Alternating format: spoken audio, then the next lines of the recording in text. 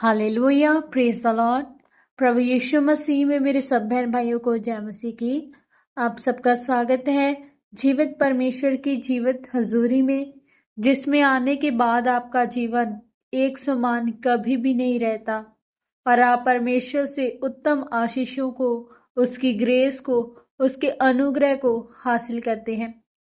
आज की हमारी इस वीडियो में हम परमेश्वर के पवित्र वचनों को मेरी भविष्यवाणियों की पुस्तक में से पढ़ेंगे।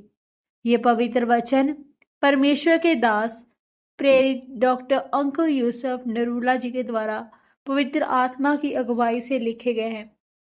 इन वचनों में पवित्र बाइबल के गहरे भेदों को बताया गया है और हमें समझाया गया है कि हमें मसीही जिंदगी कैसे व्यतीत करनी है, कैसे हमें परमेश्वर में आगे बढ़ना है और परमेश्वर के स्वर्ग राज्य के लिए तैयार होना है।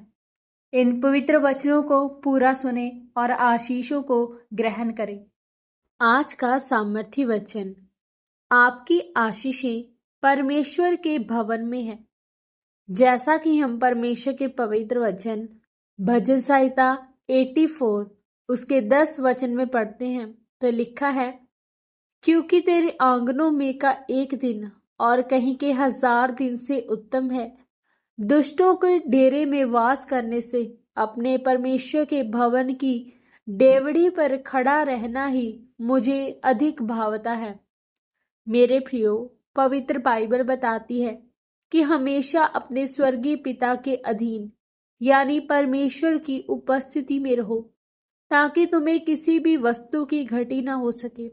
जैसे कि हम जानते हैं, अब्राहम को अपनी आशीष तक पहुंचने के लिए अपने घर को, परिवार को, समाज को, देश को छोड़कर दूसरे देश में जाना पड़ा और वह देश परमेश्वर का पवित्र स्थान ठहरा था। परमेश्वर ने उसे वहां पर बल दिया, ताकत दी, आशीषें भी दी।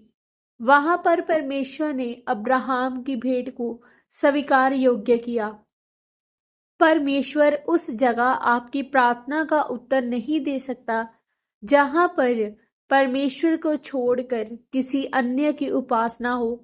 परमेश्वर आपको उस जगह पर छू भी नहीं सकता। परमेश्वर आपके जीवन में अपने वचनों को, प्रतिज्ञाओं को अपने आप पूरा नहीं कर सकता है। इसलिए परमेश्वर ने अपने निवास स्थान को पवित्र किया है।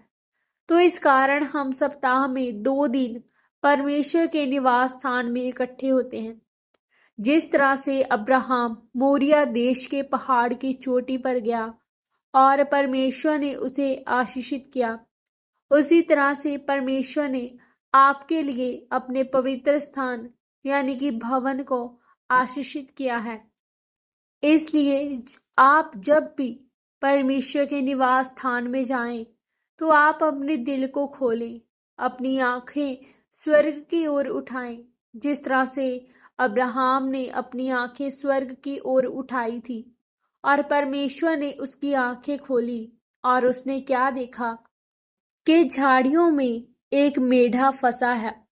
इसलिए यदि जब आप परमेश्वर के भवन में एक ऑडियंस नहीं बल्कि एक उपासक की तरह आत्मा में बैठेंगे, तो परमेश्वर आपकी आंखों को खोलेगा और आपको गवाही को भेजेगा। जिस तरह से परमेश्वर ने अब्राहम के लिए उस मेढ़े को भेजा था। मेरे प्रियो, परमेश्वर ने अपना निवास स्थान आपके लिए ठहराया है। इसलिए आप जब भी उसके पवित्र स्थान में बैठे, तो आपको अपने दिल को खोलकर आत्मा में प्रार्थना करनी है, उसकी जय जयकार करनी है, ताकि परमेश्वर आपको छुए और आशीषित कर सके। आमीन। प्रार्थना। सर्वशक्तिमान परमेश्वर, इस वचन के लिए मैं आपका धन्यवाद करती हूँ। हे पिता, मेरी ये प्रार्थना है कि आप मुझे अपनी पवित्र उपस्थिति, अपने पवित्र भवन के अधीन रखें, ताकि मैं अपनी गवाही को ग्रहण कर सकूं और ऊंची हो सकूं। प्रभु यीशु मसीह के पवित्र और सामर्थी नाम में हम मांगते हैं। आमीन, आमीन और आमीन।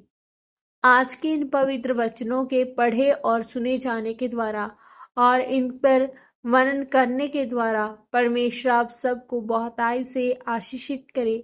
सबको जय मसीह की। God bless you all.